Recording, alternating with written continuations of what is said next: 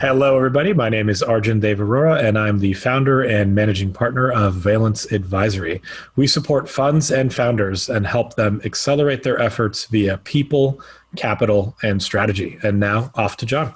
Hi, John Liu here with Arjun Dev Arora. I'm the co-founder of Valence Advisory, and I'm the lead on a lot of leadership coaching and communication.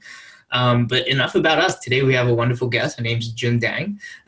She is in the VC industry, and I'll leave her to introduce herself and tell us a bit about what she's been up to. Sure. It's a great pleasure to be here. I am an investment partner for both fund Joyance Partners and Social Starts. The two funds are related but independent.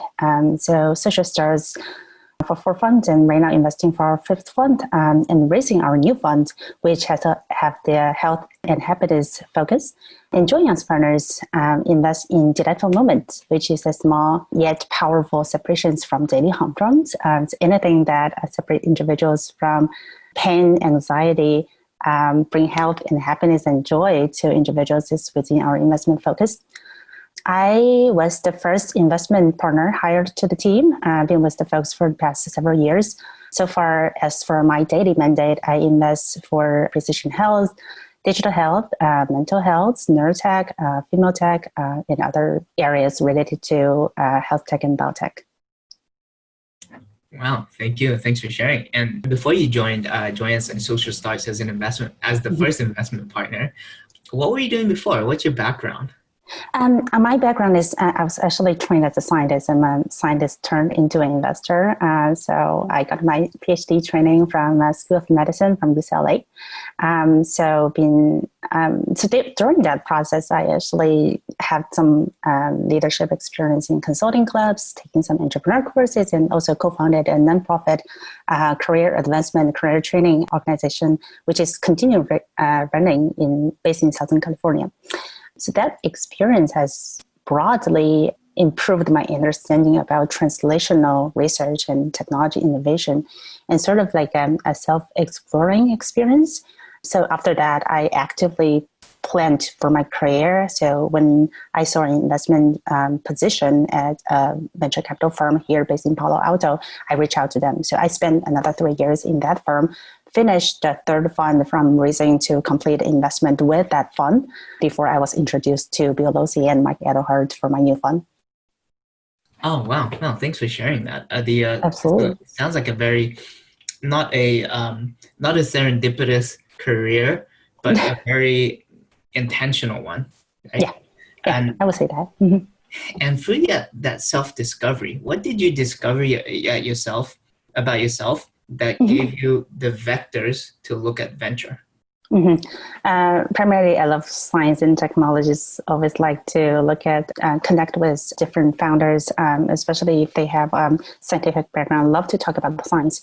Love to look at the data. So I'm very analytical and data-driven. That's one thing. And second is I find myself love to look at variety different areas and love to learn about new things. That probably for most of researchers, PhDs, they tend to go really deep into one domain area. But for me, I think one of my strengths is to look at and learn very fast about multiple industry. And the other part is to connect with people. So that's how I get into building a nonprofit organization. Also later on get transited into venture because I get opportunity to really hands-on connect with and help individual entrepreneurs. Thank you. And would I be correct in saying that that's exactly what you've been getting in this career? Yeah, so I was pretty lucky to do what I love to do. Yeah. Mm-hmm. And to give the audience a sense of the scale of analysis that you do, and probably the team as well. How much analysis and how many companies and sciences are you evaluating on a week-to-week basis, month-to-month basis? Or annual basis, or maybe you've lost count? It is difficult to count. As you had a conversation with Mike Edelhart, and he described our approach. Our approach is really to identify every early stage startups in the areas we care about globally. So just to give you some context, for last year, 2019, our people in our database identified more than 10,000 deals. So as you can imagine, how many deals as a team we're evaluating every single week. So there are different levels of evaluating a deal. Screening a deal, for example, we do like 100 for each fund for every week by the whole team, like 20 plus people. But also like deals after the first screening meeting, we get really interested. And after several partners working on it, we want to go really deep into those technologies. And for those teams, we typically conduct research from scientific due diligence, looking at their data, what are preclinical studies, if this is a therapeutic company, and also like looking at their clinical studies, if this is a healthcare company or medical device company.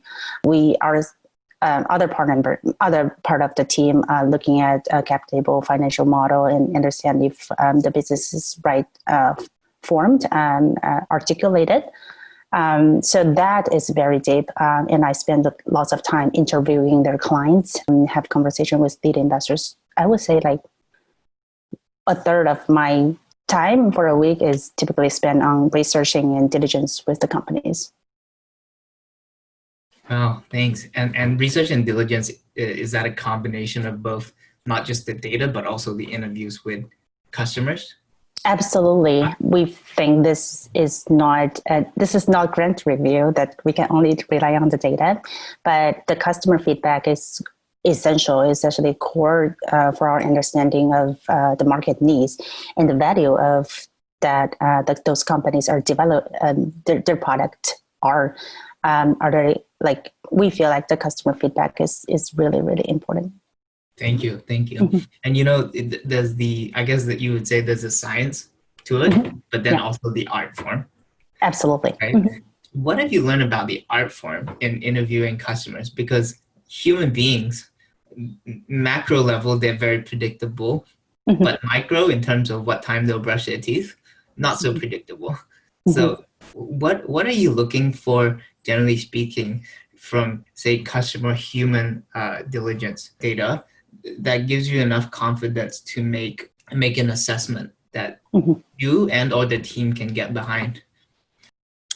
That we first of all, not just rely on one interview. We do typically ask a couple of references, and we structure those questions to be able to go really deep to understand their history with the company, to understand why this product is unique, what's their intention of going into the next few years, whether they will continue to use the product, what's their plan to integrate their product into their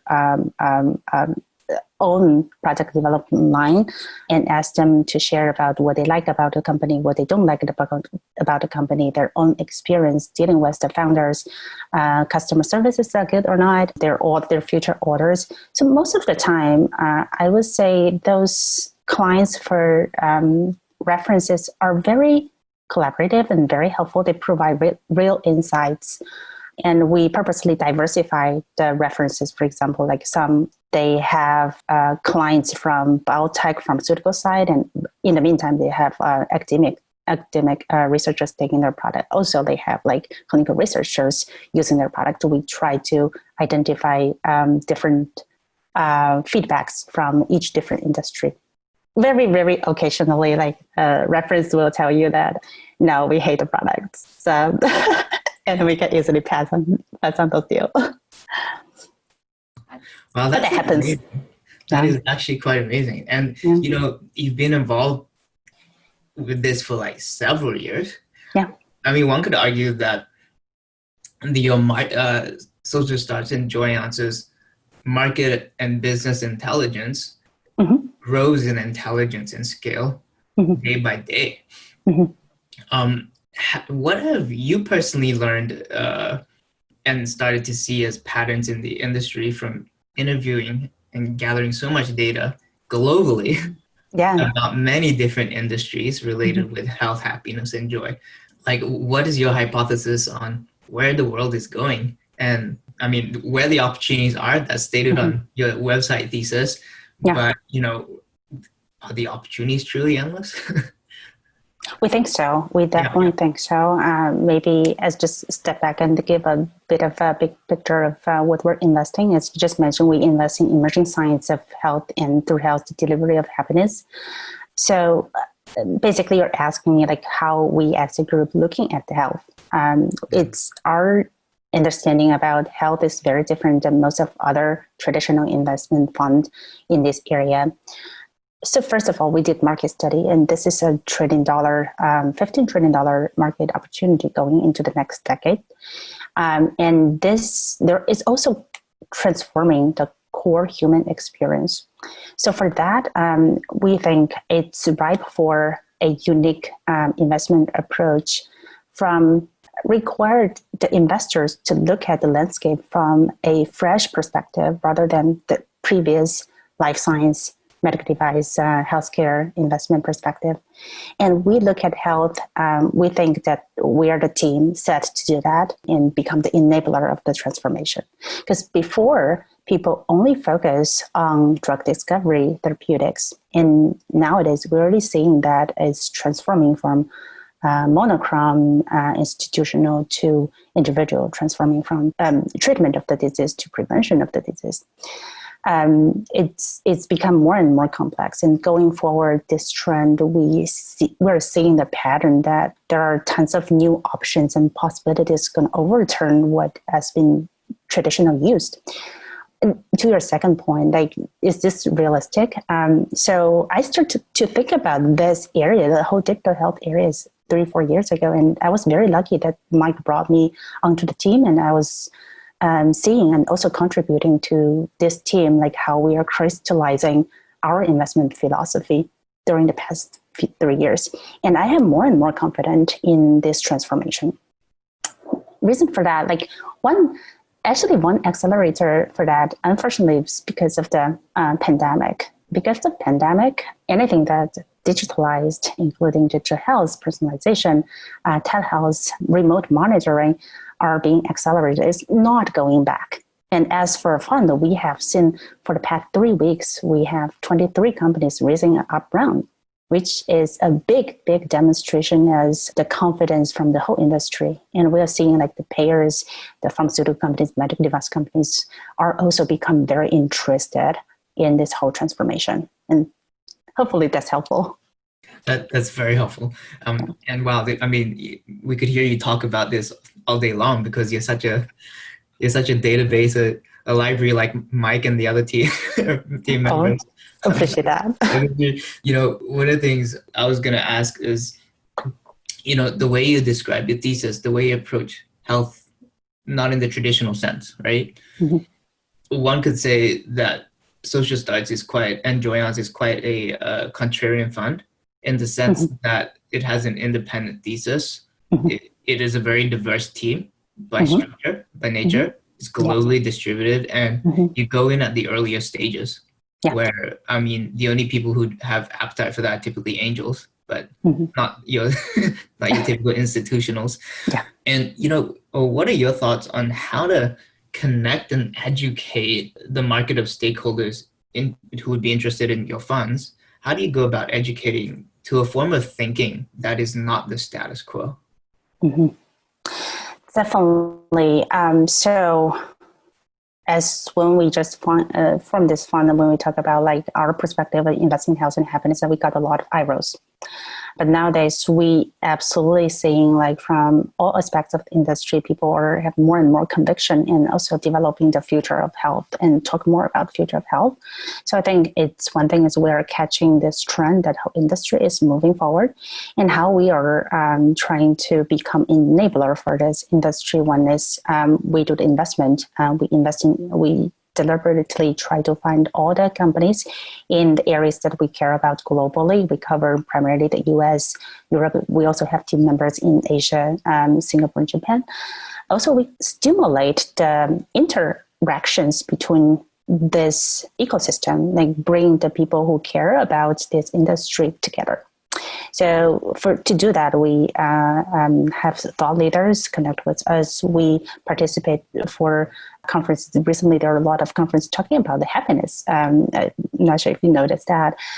Participate and promote those conferences. We have advisors who are the thought leaders in promoting digital health, neurotech, or mental health, all these areas, and have them to help and guide our portfolio companies, create online and previous offline opportunities for our portfolio companies to mingle together. I think right now, even especially everything's moved to online format, we as a team offer office hours on bi-weekly basis, where we at those formats, we're not the teacher to educate our portfolio company, but have the opportunity for our portfolio company to mingle and interact with each other. So during that time, often that one portfolio company raises a problem and it could easily solve and by the experience by other portfolio companies. I think by all these small efforts, we're trying to promote and as to your word, educate entrepreneurs and everyone in this whole ecosystem. Oh, great. Thank you. And you use the word we a lot, and our is clearly quite a collaborative environment you work in. Yeah. And what are some of the, in collaboration, respecting confidentiality, of course, what are some of the most memorable moments of working with the team for you? There's a lot. Yeah. I would say there's really a lot. I'm very lucky to be on this team. Like the part I truly love about this team is everyone's really supporting each other's back. And that's like how we evaluate a company. We look at the temperament of the founding team. And when we look at the temperament, if you look at the temperament of this team, you will see that Mike has done a lot of effort and incredibly work to put a team together. And he's incredibly, he has incredible fairness and generalness and really merit driven and give everybody fair chances. For the team, as you mentioned, we're a very diverse team. We have people really from different racial backgrounds, different educational background, and people from their early 20s all the way to their late 60s. And everyone is surprisingly like how team works coherently together. And daily interactions with my colleagues is absolutely fun. And if what really memorable is probably like the first time when I joined the first offsites. Right now I've experienced many of them, but the first offsites I see how like Mike is capable of stimulate the conversations among the group as well as controlling the conversation to make it effective and deliverable is very inspiring. And that moment I know that I'm on the right team and this platform is going to grow. Thanks. No, that's very helpful. I thought it would be, thanks for sharing that. And just because we're hitting up on time, Jun, you were very intentional about your career in coming into Joyance and Social Starts. I can't imagine your intentionality about your career is ever going to change to, subconscious spray and pray. How do you see yourself growing as an investment partner in the future with Social Starts in Joyance? And what do you see as a growth edge for yourself that you're very excited to develop? I'm very excited to not only develop myself. Like when I joined this firm, I told Mac my goal is to grow with the firm and grow with the platform. So after joining this firm, my really real goal is to be supportive to everyone on the team and grow the platform and identify the best investment opportunity, of course, grow the returns for our investors. So far, I've been learning really aggressively with the team since we started in the US. The first year is like interacting with my US colleagues, and later on we expand to Europe. And I got to understand more about the investment landscape about European countries and how every country is different and every culture is different and how the entrepreneurship is different. And this year we started fundraising and part of the core fundraising team as well. So it's another new learning opportunity. So I definitely feel like I'm very supportive for whatever my team wants to do. For the next few years, I can foresee myself grow a lot as we're raising new funds. Next year, Joyance will triple the size, as that's pretty much confirmed. And Social Starts, we aim to double or triple the size as well. It's going to be a whole new level. And we have new talents involved. We're interviewing new people, like have the good people to be involved. I think the next few years is going to be very exciting and great learning opportunity for myself. Thank you for sharing, and we're very excited for the future junior staff members who will get some of your mentorship too. I hope so. I hope so. Thank you. And is there anything else you want to share before we tie this up, or? No, I just want to say this is a great opportunity. I really appreciate it, and just really want to work with this team and make the world a healthier and happier place. Thank you. Thank you. Thank you. Appreciate it.